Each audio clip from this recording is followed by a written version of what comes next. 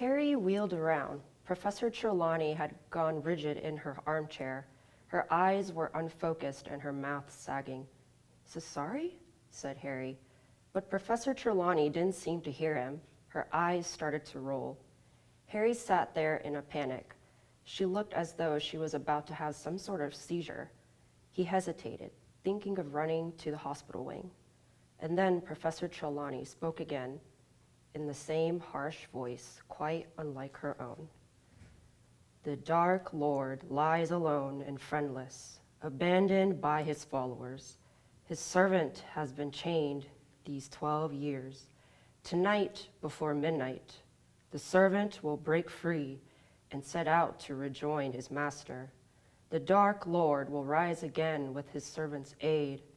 Greater and more terrible than ever he was. Tonight, before midnight, the servant will set out to rejoin his master." Professor Trelawney's head fell forward onto her chest. She made a grunting sort of noise. Harry sat there staring at her. Then quite suddenly, Professor Trelawney's head snapped up again. "I'm so sorry, dear boy," she said dreamily. "The heat of the day, you know, I drifted off for a moment." Harry sat there staring at her. "Is there anything wrong, my dear? You just told me that the Dark Lord's going to rise again, that his servant's going to go back to him." Professor Trelawney looked thoroughly startled. "The Dark Lord? He who must not be named? My dear boy, that's hardly something to joke about. Rise again, indeed, but you just said it.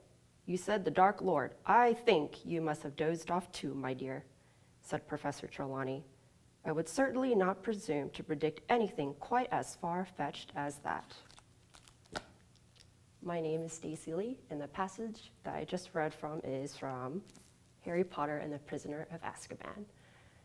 I chose this book because I grew up loving the Harry Potter series, and that's it. Thank you.